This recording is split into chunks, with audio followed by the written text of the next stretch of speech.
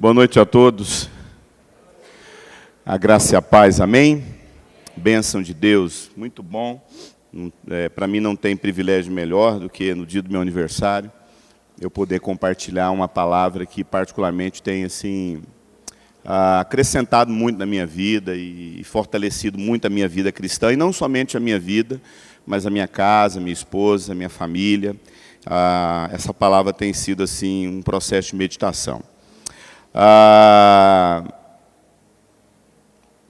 O que eu vou compartilhar aos irmãos nessa noite é um desafio, porque é uma palavra que demanda muita percepção, muita concentração e, principalmente, muito discernimento em Deus. Não é uma palavra fácil de se pregar.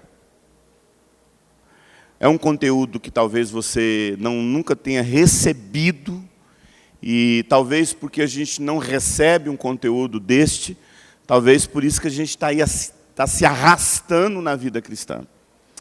Há 6 meses eu tenho sido assim profundamente ministrado por essa palavra, e na verdade são fragmentos que eu já venho acompanhando a minha vida há muitos anos, mas eu nunca me dediquei para o meu coração e meu entendimento a respeito desse conteúdo.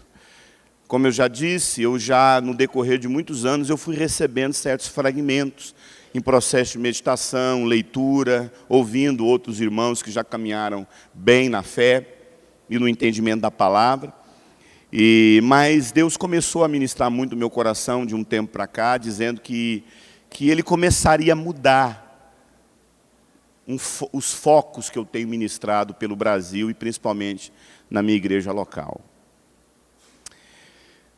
Eu entendo que Deus me chamou para falar para uma geração que não sabe discernir da mão direita da esquerda, e mão direita e mão esquerda é o básico que a gente aprende na vida, ok? Quando a gente quando a gente começa a chegar nos 4 anos, a gente começa a entender o que é mão direita e mão esquerda. 3 anos, 4 anos. E a Bíblia fala que Jonas foi chamado para pregar para uma geração que não entende a mão direita da esquerda. Isso é o desafio de poder ensinar o básico. E eu tenho falado muito sobre família, muito sobre sexualidade, mas Deus tem falado ao meu coração que Ele quer mudar o foco das minhas ministrações.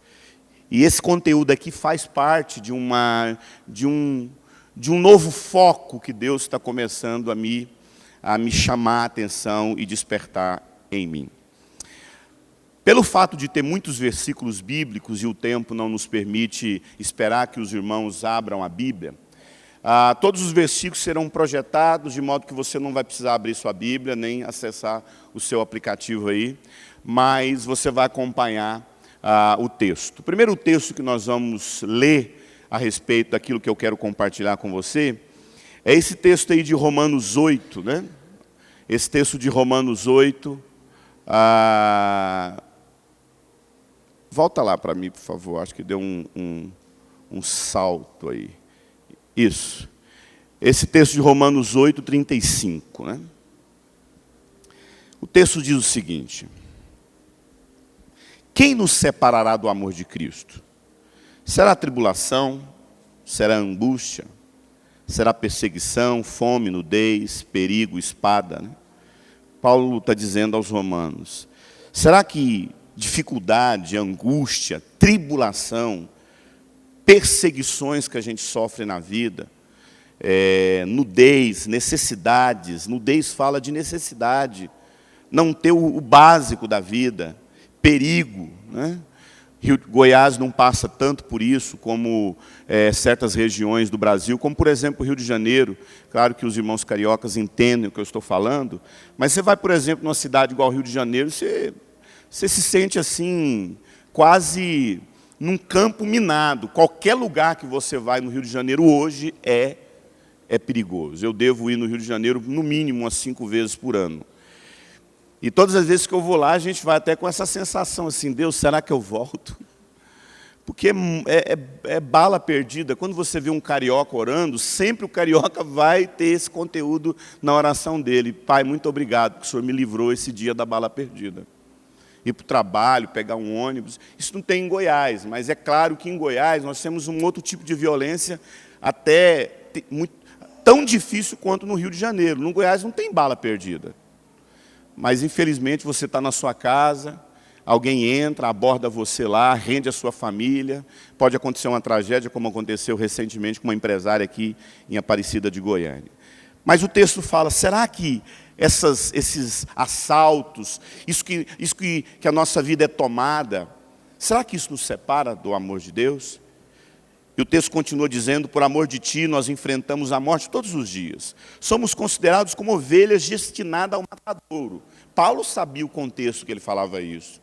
Verso 37. Mas em todas essas coisas, nós somos mais do que vencedores. Até cantamos isso aqui há pouco. Por meio daquele que nos amou. Pois estou convencido, Paulo fala, eu tenho certeza, que nem a morte, nem a vida, nem anjos, nem demônios, nem coisas do futuro, nem qualquer poder, nem altura, nem profundidade, nem qualquer outra coisa na criação. Noutra tradução fala, nem qualquer outra criatura será capaz de nos separar do amor de Deus que está em Cristo Jesus. Falar a respeito daquilo que Deus tem para a nossa vida, como vida eterna, como salvação, como cura, plenitude, restauração, transformação, eu creio que a maioria daqui não tem dificuldade de acreditar nisso. Tem dificuldade de acreditar que Deus é o sustenta a sua vida? Você acredita? Você acredita que Deus salva e restaura qualquer pessoa que se aproxime dele? Você acredita? Amado, acreditar nós não temos dificuldade. Nós temos dificuldade de crer. Existe uma distância entre acreditar que Deus nos sustenta e crer que Ele vai sustentar a nossa vida. Acreditar, não sei se você sabe, é dar crédito. E você pode dar crédito para uma pessoa. E muitas vezes a gente fala, Deus, eu acredito no Senhor. Mas crer é outra história. A gente até acredita que Ele nos salva. A gente até acredita que Ele é a nossa salvação. Mas a pergunta é, será que Ele vai levar essa palavra até o fim nas nossas vidas? Será que eu vou até o fim na minha vida com aquilo que eu creio a respeito do fato de eu ser salvo? Quando nós lemos, por exemplo, esse texto de Hebreus 12, que diz, corramos com aquele salto, corramos com perseverança a corrida que nos está proposta, tendo os olhos fitos em Jesus, noutra tradução diz, olhando fixamente, olhando firmemente para o autor e consumador da nossa fé. Eu quero mencionar principalmente isso que a gente tem dificuldade de crer. A palavra de Deus diz que Deus é o autor da minha vida. O autor da minha salvação. Não foi você, amado. Ele te atraiu a Ele. Amado, você sabe o que nos atrai mesmo? É o pecado. Quantos já olharam para a vida e falaram, gente, como é que eu consegui não ir na direção daquele pecado? Quantos já fizeram essa pergunta aqui? Eu faço essa pergunta o tempo todo, amado. Não sei se você, mas eu falo, mas Deus, como é que... Onde eu achei forças para não fazer aquilo que eu sei que eu gosto? Quando a gente faz isso, é Ele que nos atrai. É Ele que nos leva na direção dEle. E quando se trata a respeito da salvação, por mais que você tenha dificuldade de entender isso, é Ele que deu início à sua salvação. Mas a palavra de Deus diz em Hebreus 12 que não só Ele é o autor da minha salvação, mas Ele é o consumador. Isso significa que Ele vai até o fim naquilo que Ele começou na sua vida. E isso é independentemente de circunstâncias favoráveis ou contrárias, como o texto de Romanos 8. Independe se você tem fome, independe se você está passando situações de nudez, independentemente se você está passando situações, seja pior que for, Deus não está em crise. Será que realmente eu amo essa pessoa e vou levá-la até o fim naquilo que eu fiz na vida dela? Deus não tem crise com isso. A dúvida não está em Deus. Sabe onde está a dúvida? Em nós mesmos. Na verdade, amado, a questão maior é que quando a gente fala a respeito de salvação, pela graça. Ele me salvou pela graça. Graça é aquilo que a gente entende de favor imerecido. A graça de Deus me salvou. Na verdade, amado, favor imerecido para a maioria dos crentes é apenas uma verborreia, um blá blá blá. Para ser salvo, na maioria de nós aqui, a gente tem que fazer por merecer. Lá no fundo, você não consegue acreditar que é Deus que garante a sua salvação. Para a maioria de nós, é eu que tenho que garantir a minha salvação. Não cremos na totalidade de Romanos 8. O amor de Deus pode desaparecer da nossa vida no estalar de dedos. Na maioria de nós, os problemas nos separam de Deus. Para a maioria de nós aqui, a fome, a necessidade e até mesmo a morte nos separa do amor de Deus. O diabo, os demônios, os principados, as forças espirituais, os eventos do presente, os eventos do passado e do porvir, o futuro tão indefinido nos separa. Os poderes desse mundo nos separam. É terrível essa frase que eu vou falar. Mas para a maioria de nós, tudo separa sim do amor de Deus. A vida eterna não é eterna. A semente incorruptível, tão pregada pelo apóstolo Pedro, é corruptível, sim. E Deus não vai concluir o processo que Ele começou na nossa vida para a maioria das pessoas. Mas é a pergunta que se faz, e foi a pergunta que eu fiz meditando sobre isso. Nós podemos ter certeza da nossa salvação? Ou sempre dependemos de algo para mantê-la? Será que essa salvação é algo que Deus dá e eu preciso fazer manutenção constantemente nessa salvação? Se eu não fazer manutenção nessa salvação, eu vou perdê-la. Amado, eu nem preciso pedir para você levantar a mão, que eu não tenho dúvida que a maioria das pessoas que estão aqui não sabem responder essa pergunta. A maioria de nós sempre acredita que existe coisas que a gente precisa fazer, nos esforçar, ser um bom naquilo, desenvolver bem isso na igreja, fazer aquilo bem feito, porque afinal de contas, se eu não fazer aquilo, né? Então a gente tem várias coisas no decorrer da história da igreja que sempre apontam: olha, se você não fazer aquilo, você não é salvo. Olha, se você não der tal coisa, Deus não, isso mostra que você nunca converteu. Olha, se você não exercer tal coisa na igreja, mostra que você não é convertido. E agora a gente tem um novo argumento, né, o mais atual. Dependendo do lado político que você está, você não é convertido. Sim ou não? Hoje isso virou uma doutrina, né? Se você falar que você é de A, rapaz, se você falar que você é de B, rapaz, as pessoas não têm dúvida. Isso nunca converteu, né? Isso aí já está desviado, já perdeu a salvação há muito tempo. Já deve ter saído da sua boca várias vezes, ou lá no fundo você pensa: olha, se eu fazer tal coisa, eu vou perder a salvação. Então a pergunta é: será que essa salvação se perde? Será que Deus não vai até o fim com aquilo que Ele nos prometeu?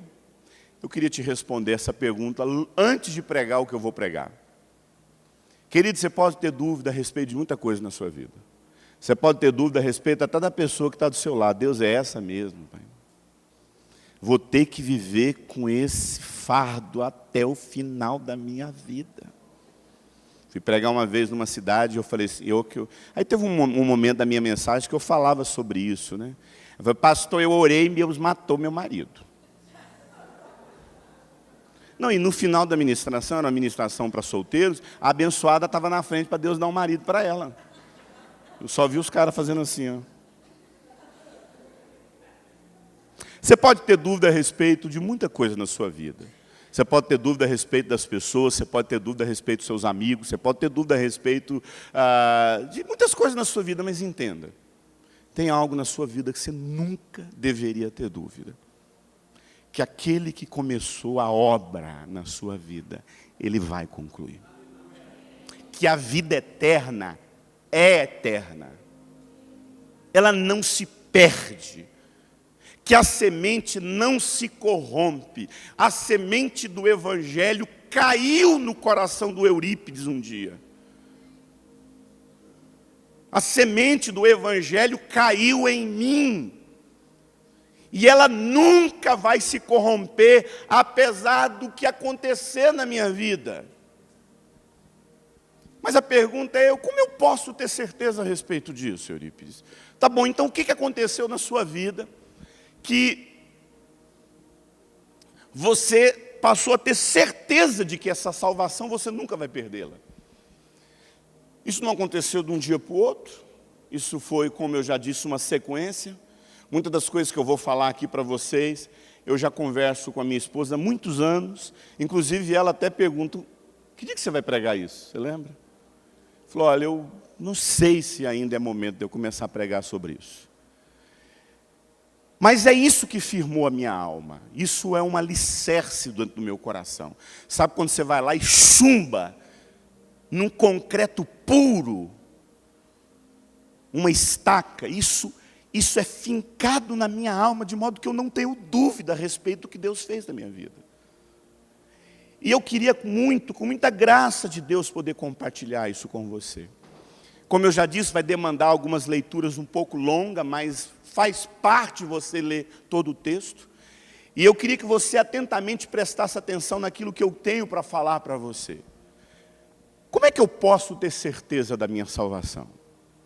Primeira coisa, e eu sei que talvez você está acostumado com argumentos, com ilustrações, com ilustrações até mesmo humanas, e aí isso produz até uma alegria no seu coração. Aí você sai daqui assim, legal o que ele falou, realmente Deus me ama como um pai, e é legal, faz parte isso, um pai que ama um filho, não joga o filho no inferno.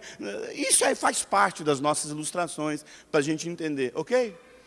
Mas o que nos faz ter convicção da nossa salvação, amado, não são as ilustrações que a gente tem na vida.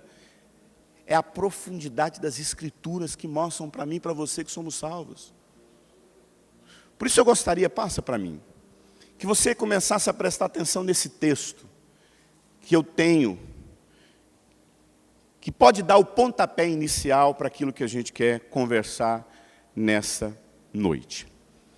Primeira coisa que você precisa entender a respeito da sua salvação, que jamais pode ser afetada, manchada.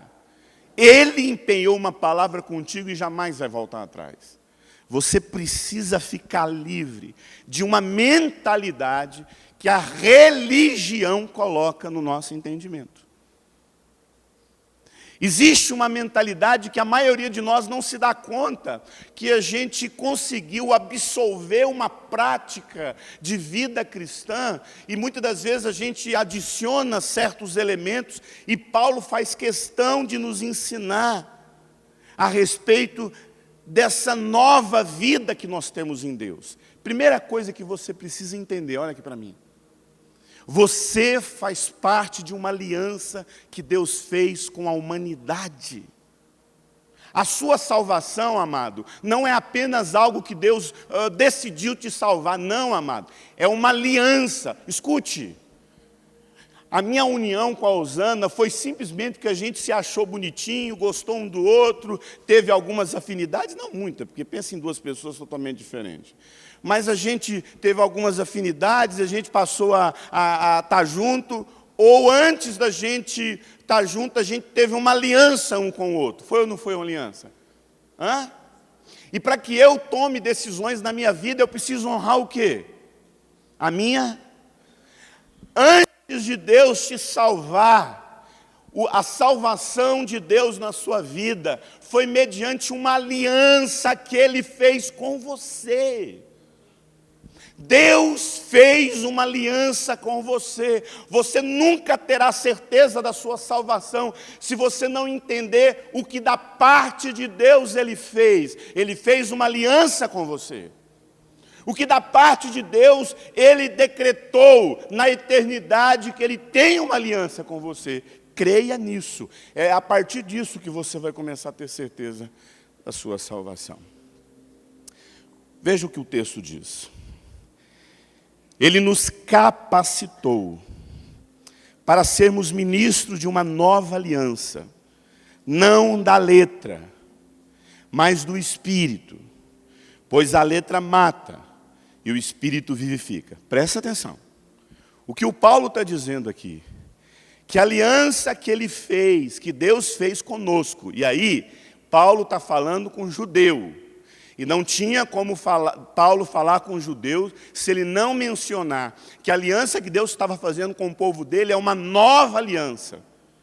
Agora a gente acaba, querido, por não sermos judeus e não termos nascido numa cultura judaica, não sermos palestinos, a gente fica muito distante de um texto desse. Você está enganado, amado. Você não tem noção do quanto você vive na antiga aliança. O ministério que trouxe a morte foi gravado em letras de pedra. Mas esse ministério veio com tal glória que os israelitas não podiam fixar os olhos na face de Moisés, por causa do resplendor do seu rosto, ainda que desvanecesse. Deixa eu explicar isso aqui. Quando Deus fez uma aliança com o povo, a aliança que Deus fez com esse povo foi baseado numa promessa feita a um homem. Mas esse povo que seguiu esse homem, que é Abraão, e depois veio Moisés, esse povo vivia numa condição, amado, aonde não tinha parâmetros de vida, no básico de parâmetros de relacionamento. De modo que esse povo, quando foi para o deserto, por conta daquela história lá, do José ter ido para o Egito, Abraão ter ido para o deserto, aquele povo estava vulnerável no deserto, eles foram morar no Egito, e lá dentro do Egito eles se multiplicaram, depois mudou o faraó começou a oprimir aquele povo. Você que leu a Bíblia ou assistiu a novela da Record, sabe muito bem do que eu estou falando, né? Mas esse povo que vivia no deserto, amado, esse povo era completamente sem parâmetros de convivência. Eles estavam misturados ali no Egito. E Deus teve que dar lei para esse povo. Eu vou explicar por que Deus teve que dar lei para esse povo. Só que era o seguinte, o texto está falando aqui, no verso 7, que o ministério que trouxe morte foi gravado em pedras. A lei.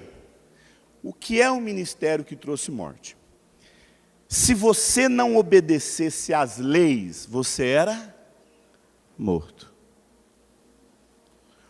A filha que não obedecesse o pai era morta. A filha que perdesse a virgindade diante do casamento era morto. O filho que fosse rebelde era morto. Se você não pagasse uma conta, morto. Se você fosse ministro do tabernáculo e não cumprisse as ordenanças, morte. Então, tudo se resumia em obedecer à lei pelo medo da morte. Só isso. Tudo que as pessoas faziam na antiga aliança, nós temos aqui duas alianças, tudo que o povo fazia na antiga aliança era medo da morte. Na nova aliança, o Paulo vem dizer que essa nova aliança não tem esses parâmetros. Na nova aliança, não é a morte que reina, é a vida que reina. De modo que quando você peca na antiga aliança, você morre. Na nova aliança, quando você peca, o Espírito imediatamente vai te vivificar. Na antiga aliança, amado, errou, morreu. Na nova aliança, errou, está perdoado. Na antiga aliança, errou, traiu, apedrejamento. Na nova aliança, traiu, restauração. Você só não restaura se você não quer, meu irmão. Vou falar uma coisa para você, eu estou em aconselhamento há quase 10 anos. 100% das pessoas que não foram restauradas é porque elas não se submeteram ao processo que Deus quer levá-las à restauração. Deus nunca quer matar ninguém, amado. Deus nunca quer ver você morto. O texto sagrado diz: o ministério que trouxe morte foi gravado em letras de pedra, mas o ministério veio de tal glória que os israelitas não podiam fixar os olhos no rosto de Moisés. Isso significa o seguinte, que Deus, quando Ele falava com o povo, Ele usava Moisés. Ok? O povo não ouvia Deus. Então tinha o Moisés, que era da tribo de Levi. Haviam duas tribos em Israel separadas para dois ofícios, os reis e os sacerdotes. Reis eram da tribo de Judá. Por isso que Jesus é o leão da tribo de Judá. Jesus nasceu na tribo de Judá. José e Maria eram da tribo de Judá. Os levitas eram de onde vinham a tribo que tiravam os sacerdotes. Então, as duas tribos eram separadas por Deus ali, para os reis e para os sacerdotes, eram Judá e Levi. O Moisés era o sacerdote. Então, quando Deus falava com o povo, a face de Moisés resplandecia. Agora, deixa eu te falar uma coisa. A aliança com Moisés, aliança de vida ou de morte? De morte, amado. A letra é a aliança da letra, a aliança da lei. Era a aliança de morte. Mas a Bíblia fala que essa aliança que era de morte, mesmo assim, resplandecia. Mas acontecia que, por conta da condição de pecado do Moisés, o Moisés tinha as suas inclinações, tinha um casinho com uma escrava, tinha os pecados dele lá. Entendeu? A glória que estava na face de Moisés começava a fazer o quê? Apagar. Aí ele colocava um véu, para que ninguém percebesse que a glória estava indo embora. Agora olha só o que Paulo fala. O ministério que trouxe morte foi gravado em letras de pedra, mas esse ministério veio com tal glória, o ministério de morte, que os israelitas não podiam fixar os olhos na face de Moisés, por causa do resplendor do seu rosto, ainda que estivesse desvanecendo. Verso 8. Aqui vai até o 9. Verso 8. Se era glorioso, verso 8, não será o ministério do Espírito ainda muito mais glorioso? Se era glorioso o ministério que trouxe condenação. Amado, não sou eu que estou dizendo. A lei condena. Se era glorioso o ministério que trouxe condenação, quanto mais glorioso será o ministério que produz justiça. Ora, meu irmão, se aquele ministério condenava, e mesmo assim a glória de Deus se manifestava, porque era isso que Deus fazia na vida de Abraão, na vida de Moisés. Se esse ministério que condenava tinha glória, quanto mais o ministério do Espírito que produz justiça. Estava eu no carro, e eu meditando o tempo todo na minha cabeça com essa palavra, eu perguntei assim no carro: quem sabe o que é a justiça de Deus? Aí o Osano olhou para mim e falou: a justiça de Deus é Cristo sendo condenado no nosso lugar. Eu falei: bênção. Isso aí, varoa. Significa o que, amado? O que é a justiça de Deus? O homem pecou. E a lei, a palavra de Deus diz: no dia que você pecar, você vai morrer. Então, a condenação, a morte veio por conta do pecado.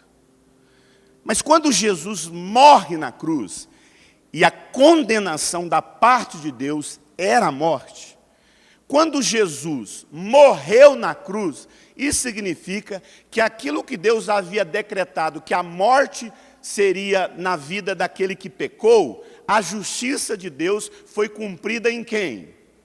Em Jesus. Então Jesus morreu a minha morte.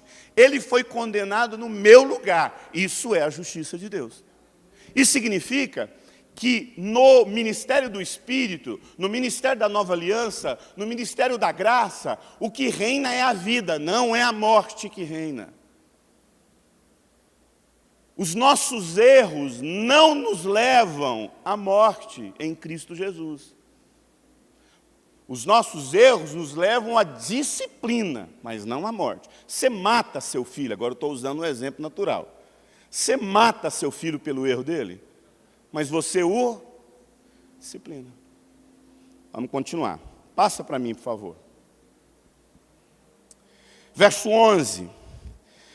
Se o que estava se desvanecendo se manifestou em glória, quanto mais será a glória do que permanece. Portanto, visto que temos tal esperança, mostramos confiança.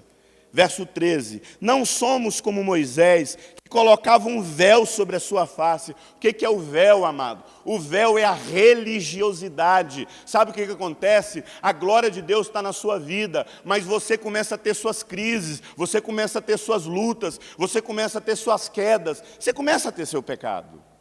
E aí você tem que colocar o véu da religiosidade para que as pessoas continuem acreditando que a glória de Deus está na sua vida. E é isso que o Paulo está falando.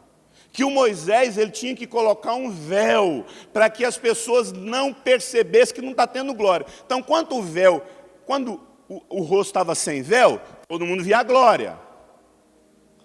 Quando o rosto dele começou a apagar, ele colocava o véu, todo mundo ficava assim, mas eu acho que está brilhando. O outro falava assim, não está não. Sabe, brilha. Mas aquele pano está tampando a cara dele, não dá para saber se ele brilha. O Paulo fala que um véu é colocado na nossa vida. Olha só o que o texto diz. Pois, verso 10, o que outrora foi glorioso, agora não tem glória, em comparação à glória que é insuperável. Portanto, visto que temos tal esperança, mostramos confiança. 13, não somos como Moisés, que colocava um véu sobre a face, para que os israelitas não contemplassem o resplendor que desvanecia. Verso 14, aí vai até o 14. Na verdade, as mentes deles, presta atenção, na verdade, as mentes deles se fechavam, pois até hoje o mesmo véu permanece quando é lida a antiga aliança. Não foi retirado, porque é somente retirado em Cristo que ele é removido. É somente em Cristo que esse véu é removido. Verso 15. De fato, até o dia de hoje, quando é lido Moisés, um véu está sobre o coração. Mas quando alguém se converte ao Senhor, o véu é retirado. Você não precisa fingir que Deus está com você. Escute. Quando você conhece aquilo que Deus fez na sua vida, a sua nova aliança, eu não tenho que fingir. Eu não preciso criar as minhas máscaras, os meus véus de fingimento, para aparecer, para disfarçar que Deus não está na minha vida. Primeiro, porque Ele está. Primeiro, que a glória não desvanece. Antigamente, na antiga aliança, a glória desvanecia por conta da limitação de Moisés. Na nova aliança, a glória não acaba. Muito pelo contrário, o que acontece com essa glória? Ela só cresce, só aumenta. Vamos continuar. Aí vai até o final. Verso 17. Ora, o Senhor é Espírito, e onde está o Espírito, ali há liberdade. Verso 18. Todos nós, com a face descoberta, sem o véu da religiosidade, você não precisa, lembra lá, quando eu disse para você que muitas das vezes a gente fica praticando rito. O que é a lei mosaica? A lei mosaica dizia que eles tinham que praticar rito, a gente vai ver aqui agora. Eles tinham que praticar festas, ordenanças, para que eles se sentissem aceitos na presença de Deus. Mas na nova aliança, eu não preciso de ritos práticas, nada para que eu seja aceito. O 18. E todos nós, com a face descoberta, contemplamos a glória do Senhor. Não é o Eurípides que você contempla. Não é o pastor Júnior. Não é o pastor Paulo Júnior. Não é fulano de tal. Não é o ministério do fulano. Você não contempla mais glórias humanas. Você contempla a face do Senhor. Com o rosto descoberto, sem fingimento.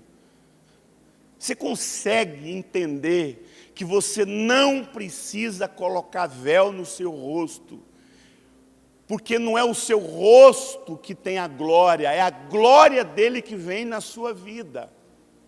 Veja bem, a glória do Senhor, todos nós com a face descoberta contemplamos a glória do Senhor, segundo a sua imagem estamos sendo transformados de glória em glória, cada vez em dimensões maiores. Então, amado, que história é essa que a nossa vida a cada dia perde a glória? Cada dia a gente é mais fraco, cada dia a gente é mais desanimado, cada dia a gente não tem mais prazer na obra de Deus, não tem prazer na vida cristã, não tem prazer na adoração, na contemplação, naquilo que é a presença de Deus. O texto sagrado fala que não é assim que a gente lida na nova aliança. Então significa que você está na velha aliança. Você só consegue estar bem se você continua praticando ritos. Então vamos ver isso melhor? Passa para mim, por favor. Aí eu fiz uma coletânea dentro dessa nova aliança. Você precisa entender essa nova aliança. Dentro dessa nova aliança, passa para mim. Eu queria mostrar para vocês uma coletânea de vários textos, passa para mim, a respeito dessa nova aliança. Olha só o que o texto diz.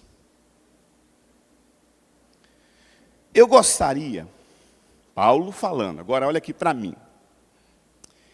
O que eu vou mostrar para vocês é um entendimento do apóstolo Paulo no texto sagrado, mostrando como nós agimos na antiga aliança e na nova aliança em Cristo Jesus. Você faz parte da antiga ou da nova aliança? Então você só vai ter certeza da sua salvação se você entender que você faz parte de um novo concerto, de uma nova aliança. Amém? Por isso que fala que a glória da segunda casa é... Qual que é a segunda casa, gente? A nova aliança. A glória dessa segunda aliança é muito maior. Então vamos ler o que o texto diz. Aqui eu fiz uma coletânea. Eu peguei só fragmentos de vários textos, do 20 ao 31, para não estender tanto. Olha só o que o Paulo diz. Eu gostaria de estar com vocês agora e mudar o meu tom de voz. O Paulo falou assim, gente, eu estou tão preocupado com a maneira que vocês estão lidando com a vida cristã, com a espiritualidade, que eu não queria nem escrever, eu queria estar aí para gritar para vocês. E o que o Paulo queria gritar?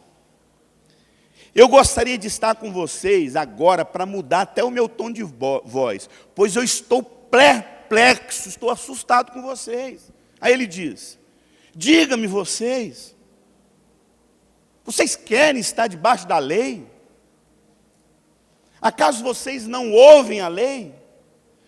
Verso 22, pois está escrito que Abraão teve 2 filhos, uma da escrava, outro da livre. Então Abraão teve 2 filhos, uma de escravidão e outra de liberdade. Verso 23. O filho da escrava nasceu de modo natural, mas o filho da livre nasceu mediante promessa. Aí olha só, não é eu que estou dizendo, é o Paulo que está falando. Isto é usado como?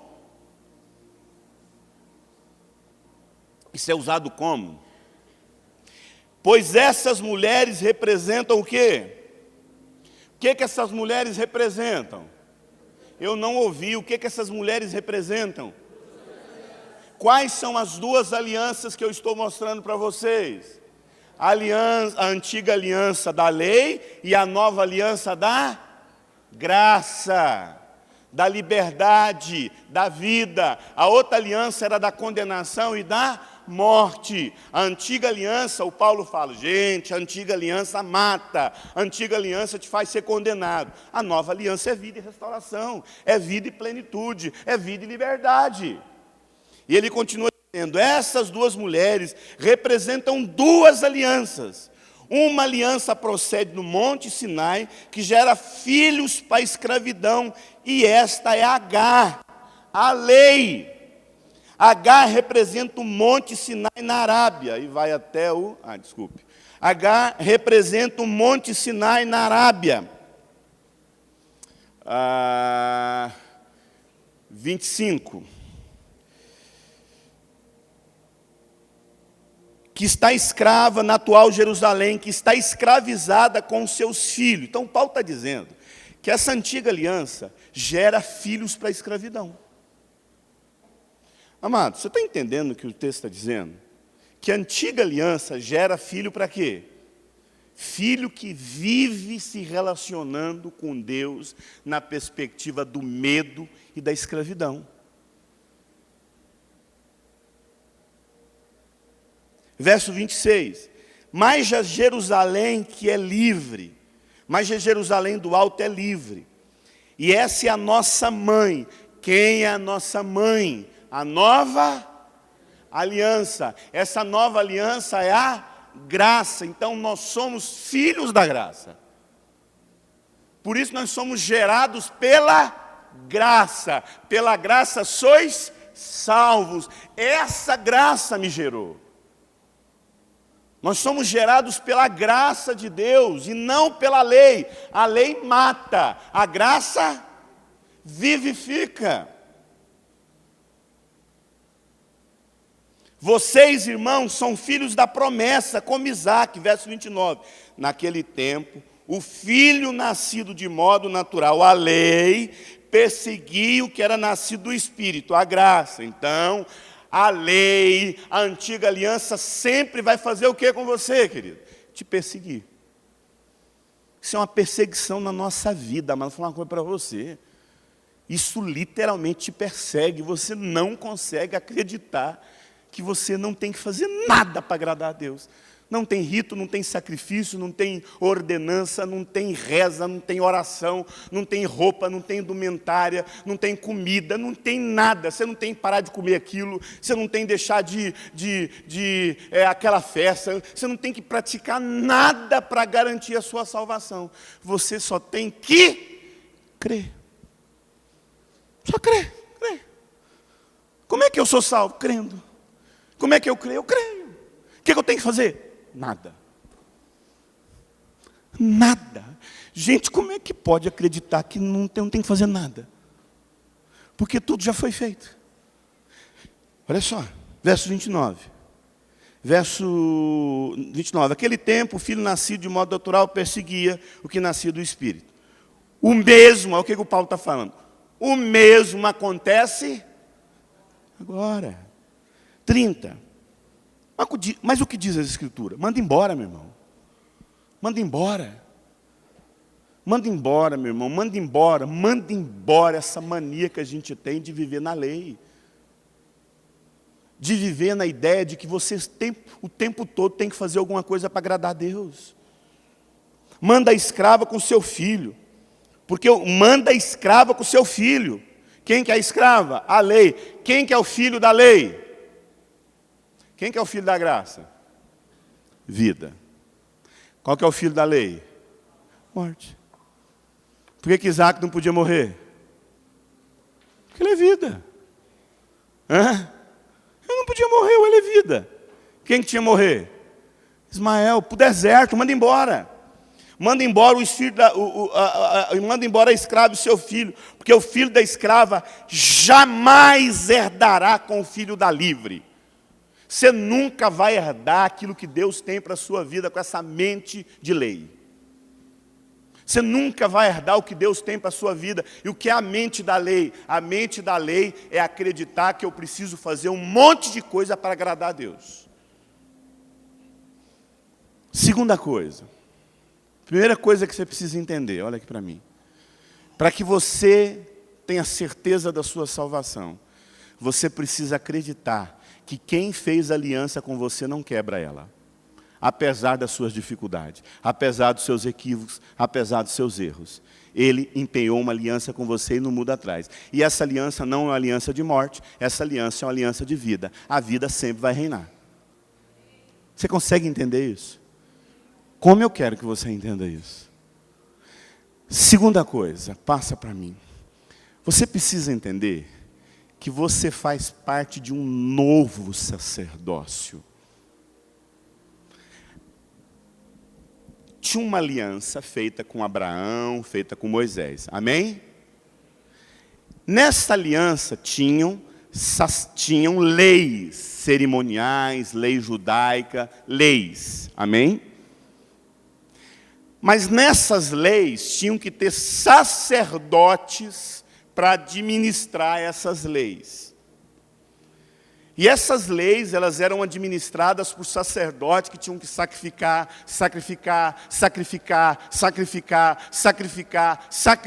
para que você continuasse vivo. Agora, como é que funciona essa questão do sacerdote? Eu vou explicar rapidinho, depois você lê lá em Êxodo 19. Olha aqui para mim. Deus queria falar com o povo e manifestar a glória dele. A primeira pessoa que ele fez isso foi Abraão, a segunda pessoa foi Moisés. E quando Deus se revelou a Moisés, quando Deus se revelou a ele, Moisés subiu no monte e foi se consagrar, e a glória de Deus se manifestou, e Moisés teve que até se esconder da glória de Deus. E a glória de Deus é a graça dele que nós temos acesso. A graça de Deus, a glória de Deus se manifestava. A graça dele. A glória de Deus é a graça dele se manifestando. E ele estava ali, e Moisés se desfrutou dessa graça. Aí o Moisés desceu, que as pessoas falam assim, mas não tinha graça. Tinha, até no Velho Testamento tinha a graça de Deus. Porque Deus podia matar aquele povo tudo, podia. Mas a graça dele se manifestou. E aí quando Moisés chegou para o povo dele, o Moisés falou assim, gente, Deus quer falar com vocês. Assim como ele falou comigo lá no deserto, lá no monte. Então é o seguinte, gente, vamos orar, vamos consagrar, vamos buscar a face do Senhor, vamos jejuar, e a gente vai chegar lá purinho na presença dele. Porque ainda não tinha o sangue de Jesus, eles tinham que praticar rito, né? A mente ainda estava ligada a leis. Vamos chegar lá na presença de Deus, e Deus vai falar com a gente. O povo orou, jejuou, consagrou, buscou. E quando chegou na presença de Deus, a Bíblia fala que um monte começou a tremer, e os alaridos, e trombeta e tal. E Moisés está ali, e a glória de Deus se manifestando. E Moisés já tinha, acostumado com a glória dele, e na glória de Deus ele estava lá desfrutando. De repente ele escutou só um grito. Corre, negada! Quando Moisés olhou para trás, quem estava lá na presença de Deus, na glória? Só ele. O povo, amado, ó. E o povo gritou lá, Moisés, faz o seguinte, já que você dá conta disso aí, dessa glória, fala com ele aí, depois você fala com a gente. Escreve isso numa tábua. Aí Moisés subiu ao monte pela segunda vez e deu a lei. Por que a lei existiu? Porque o povo não queria desfrutar e ouvir. Deixa eu te falar uma coisa. Só existe lei numa nação quando o povo perdeu o contato com a voz de Deus. Não tem contato com Deus. Como é que está o Brasil, gente? Um caos. O que a gente chegou à conclusão? Há 20 anos atrás só falava do quê? Liberdade, liberdade. Era assim, liberdade, liberdade, liberdade. 10 anos, 15 anos. Agora o que a gente está pedindo? Lei, lei, lei. Porque a coisa degringolou. Então o povo não quis a glória de Deus e nós queremos lei sobre a gente. A Bíblia fala, fala com Deus e fala para nós o que Ele vai fazer. Aí Moisés falou o seguinte, então é o seguinte, nós vamos fazer um acordo aqui. Eu não dou conta de ficar o tempo todo falando com Deus, o tempo todo e passando para vocês. Eu sou limitado. Eu vou precisar de gente que me auxilia. Vamos fazer o seguinte, vamos fincar as varas aqui na areia, e a vara que florescer vai ser o ministério que vai me ajudar nessa demanda de ouvir Deus por vocês. E qual foi a vara que floresceu? A vara de Arão. O ministério, a tribo de Levi. E aí surgiram os levitas. É um ministério paliativo. O que é um paliativo? Um prefeito que morre, sai do mandato, é mandado embora, tem um impeachment, ou está precisando de alguém ocupar um cargo temporariamente, que não é aquela pessoa, levanta o quê? Um interino. Isso é um paliativo. Então, o sacerdócio levítico, e eu acredito que vou ter tempo mais de falar para vocês sobre isso, não é o sacerdócio eterno de Deus. O sacerdócio levítico foi um sacerdócio paliativo que Deus permitiu por um povo que não queria ter acesso a ele.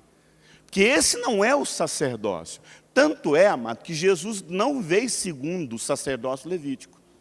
Jesus veio segundo o sacerdócio levítico? Não veio, amado. Jesus veio segundo um outro sacerdócio, que é o sacerdócio segundo a ordem de Melquisedeque. Então o que é isso aí? Então você está me dizendo que Deus ele age, amado, por meio... Agora eu preciso chegar nesse ponto central contigo, porque agora que é o centro daquilo que você precisa entender para a sua salvação. A questão é o sacerdócio. Tanto é que em Hebreus 8 diz o seguinte, o tempo não nos permite ler, que fala o seguinte: enquanto o antigo sacerdócio, presta atenção, que agora que dá um nó na cabeça. E eu preciso desatar esse nó. Que enquanto o outro sacerdócio estiver levantado, o verdadeiro não se levanta. Enquanto estiver erguido o tabernáculo de Levi, o tabernáculo de Melquisedeque nunca vai ser erguido. Isso significa que enquanto a gente insistir que alguém tem que ouvir Deus por nós, você nunca vai entender a nova ordem de Melquisedeque. Enquanto você acreditar que tem que ter Eurípides para falar por você, você não está entendendo o sacerdócio.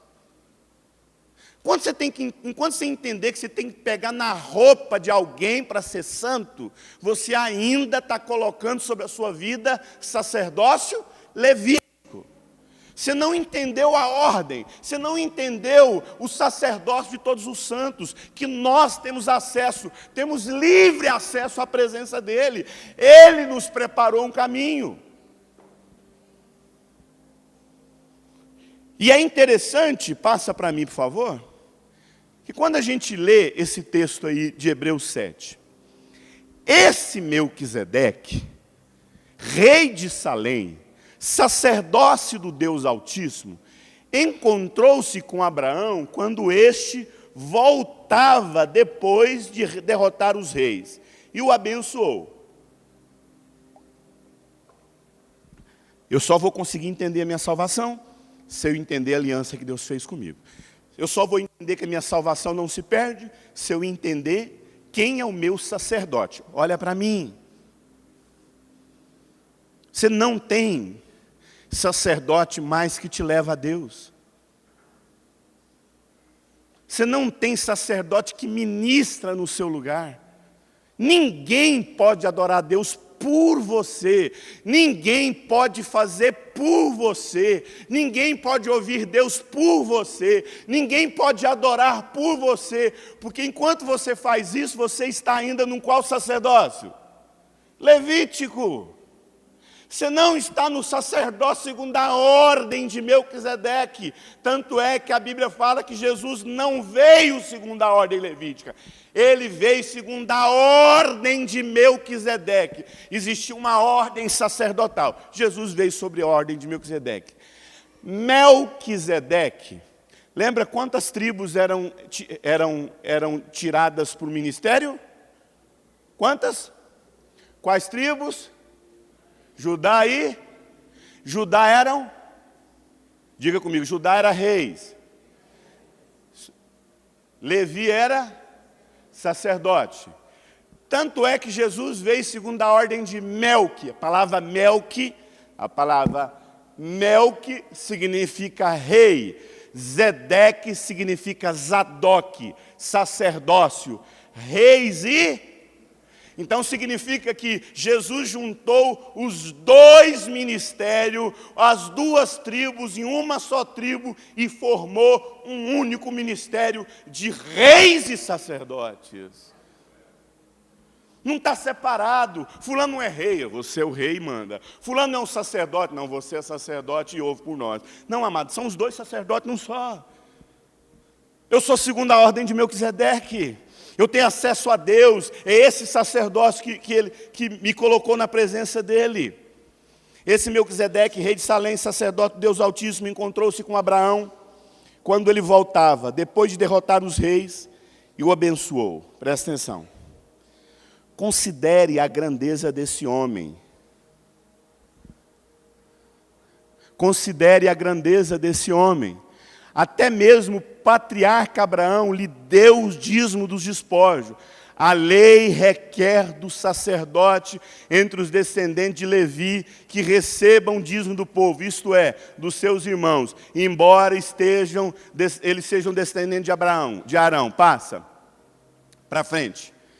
Se fosse possível alcançar, olha só, a antiga aliança, se fosse possível alcançar a perfeição por meio do sacerdócio levítico, pois em sua vigência o povo recebeu a lei, por que haveria ainda a necessidade de levantar um outro sacerdote, segundo a ordem de Melquisedeque e não de Arão? Então, para que Deus ia mandar Jesus segundo a ordem de Melquisedeque, sendo que já tinha um sacerdócio? Esse sacerdote não alcançou, meu irmão. Deixa eu te falar uma coisa para você, você nunca terá acesso a Deus acreditando que alguém vai fazer isso por você. A gente inspira um ao outro, mas é você que tem acesso a Ele. Continua. Pois quando a mudança de sacerdócio, mudou o sacerdócio? Eu não ouvi, mudou o sacerdócio? Qual é o nosso sacerdócio? Pois quando há mudança de sacerdócio, é necessário que haja mudança de lei. Qual é a lei? A lei do amor. Qual é a outra lei? A lei da morte.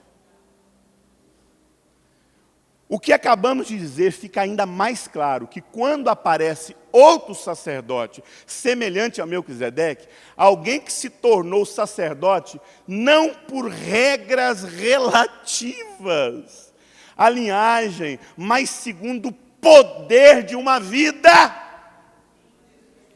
indestrutível.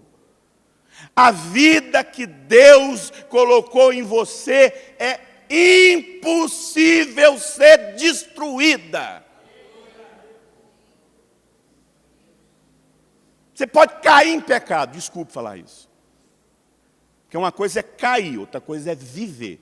Quem vive em pecado nunca recebeu a Cristo. Mas quem recebeu a Cristo pode cair em pecado e não mudar nada.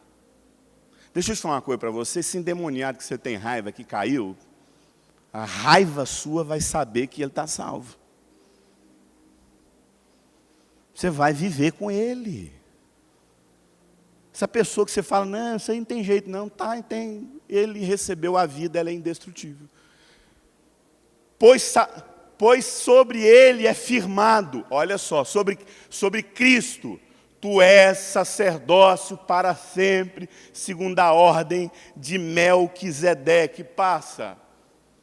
A ordenança anterior é revogada, porquanto era fraca e inútil, fraca, aquilo que você faz de ritos, de purificação, eu tenho que me jejuar para me purificar, eu tenho que fazer, isso é fraco, pois a lei não haveria aperfeiçoado coisa alguma, a lei não havia aperfeiçoado coisa alguma, sendo introduzido uma esperança superior, pela qual nos aproximamos de Deus, por esse novo sacerdócio, que me deu acesso à presença dEle. Eu tenho acesso a Ele, nada muda isso é indestrutível, mas Ele se tornou um sacerdócio com juramento, quando Deus disse, o Senhor jurou e não arrependerá. tu és sacerdócio para sempre. Jesus tornou-se, por isso mesmo, a garantia de uma aliança superior, amado. Ele é a garantia, não é sua vida, não é sua consagração, não são os seus acertos, não é o que você faz de certo ou errado, é a garantia dele. Não é o que você fez, é o que ele fez na cruz. A única coisa que você tem que fazer é acreditar. Você pecou? Você caiu? Deixa eu te falar uma coisa para você. Creia, você está vivo, a vida está dentro de você. Creia e você começa tudo de novo hoje. Creia e você começa tudo de novo depois. Creia e você começa. Mas eu vou cair sempre arrepender? Duro que é verdade. Portanto, Ele é capaz de salvar mais ou menos. Talvez dê certo. Não, meu irmão. O que Ele faz com a sua vida? Te salva. Jesus te salva definitivamente. Definitivamente não tem fim. Acabou. Está salvo. Está selado. Portanto, Ele é capaz de salvar definitivamente aqueles que por meio dele, desse sacerdote, é por Ele, e não é eu não chego lá pelas obras da lei, eu não chego lá porque eu jejuei, porque eu consagrei, porque eu busquei, porque eu estou bem com Deus. Essa semana foi uma semana que eu jejuei, que eu orei, eu estou liderando, eu estou dando meu dízimo, eu estou dando a minha oferta, tudo isso faz parte, mas nada disso te salva. Eu estou na presença dEle, não é pela minha justiça, é por Ele. Está mal? Então vai para Jesus, meu irmão. Ele é a sua justiça. Errou? Vai para Jesus. Você não consegue ter uma vida correta? Vai para Jesus. Porque quando você faz isso, deixa eu te falar uma coisa para você. Você não consegue ser santo porque você quer ser santo por você. Quando você encontra o seu sacerdote, quando você vai para a nova aliança, Ele faz a santidade brotar em você.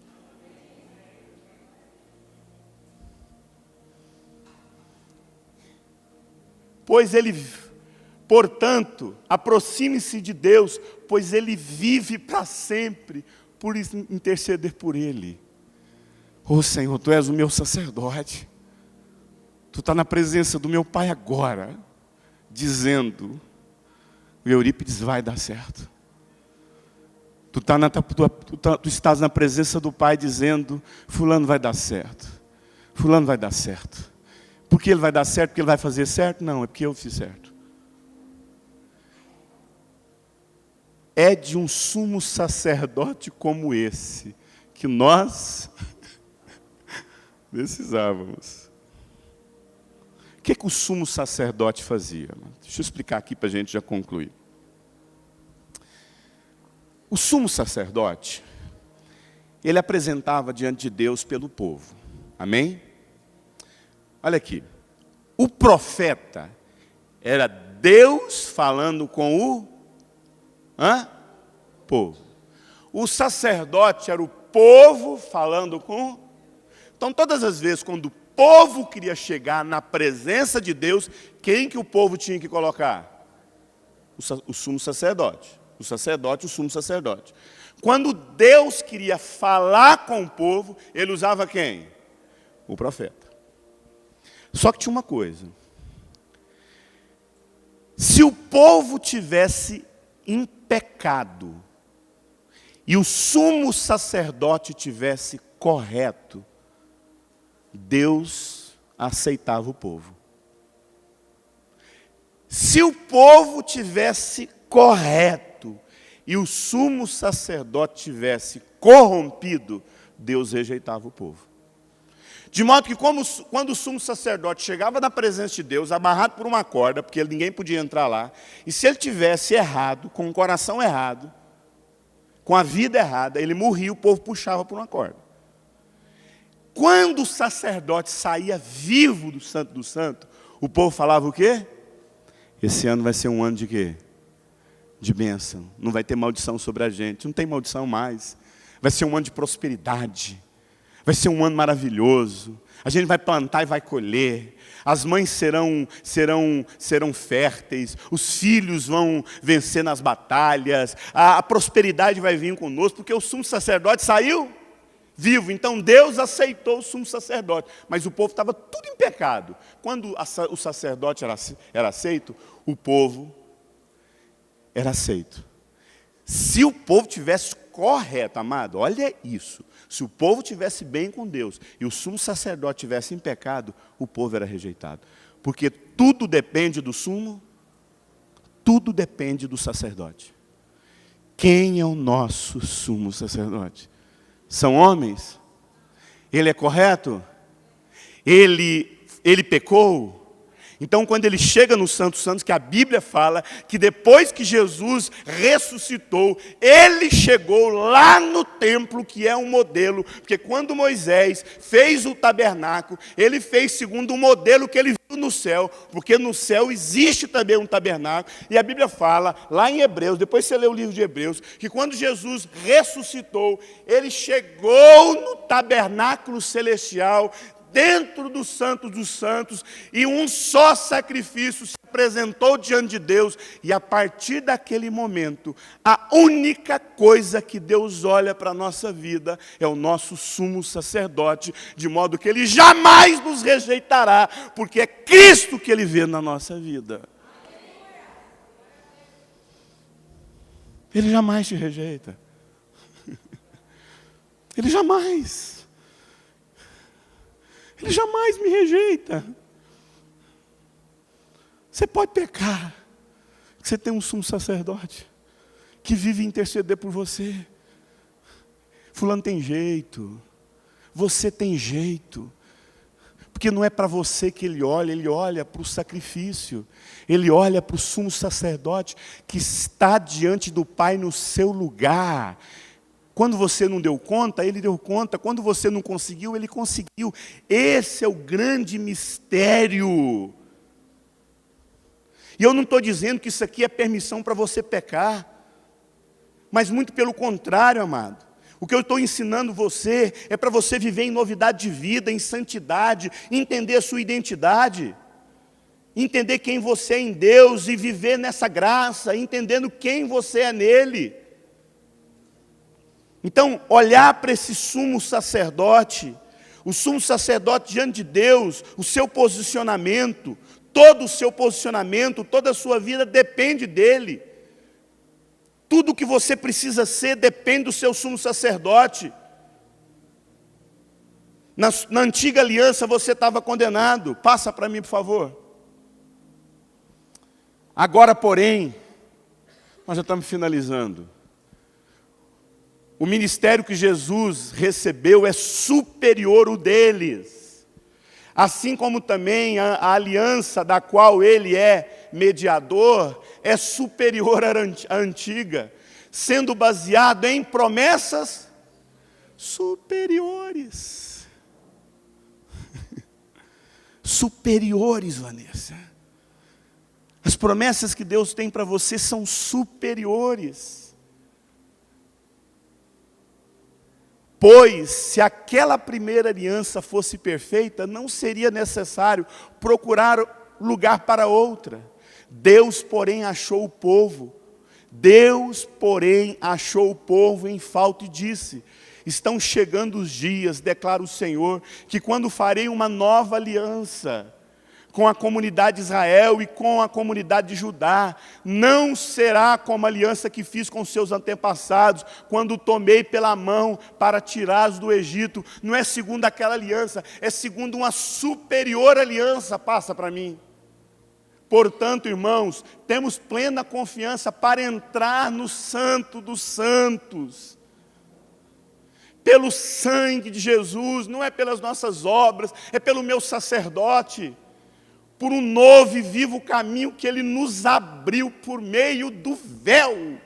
Rasgou a religião, rasgou as obras, rasgou as orações, rasgou os ritos, rasgou tudo. Eu não tenho que fazer nada, está livre, eu tenho acesso. Isto é, no seu corpo. Temos, pois, um grande sacerdote sobre a casa de Deus. Sendo assim, aproximemo-nos de Deus com um coração sincero, plena convicção de fé, tendo os corações aspargidos para nos purificar de uma consciência culpada, tendo os nossos corpos lavados. Tira a culpa, tira a culpa. Esse novo sacerdote tira a culpa. Sai daqui nessa manhã convicto que está zerado. Todo dia zera, todo dia zera, todo dia renova, todo dia, todo dia. Você nunca está em pecado na presença do seu Deus e dorme com esse barulho. E eu estou falando que você vai pecar? Não, só estou falando que você agora vai ter condições de viver em gratidão e em santidade. Apeguemo-nos com firmeza à esperança que professamos, pois aquele que prometeu é fiel para cumprir. Amém? Quantos recebem a Cristo Jesus como sacerdote na sua vida? Fique de pé, por favor.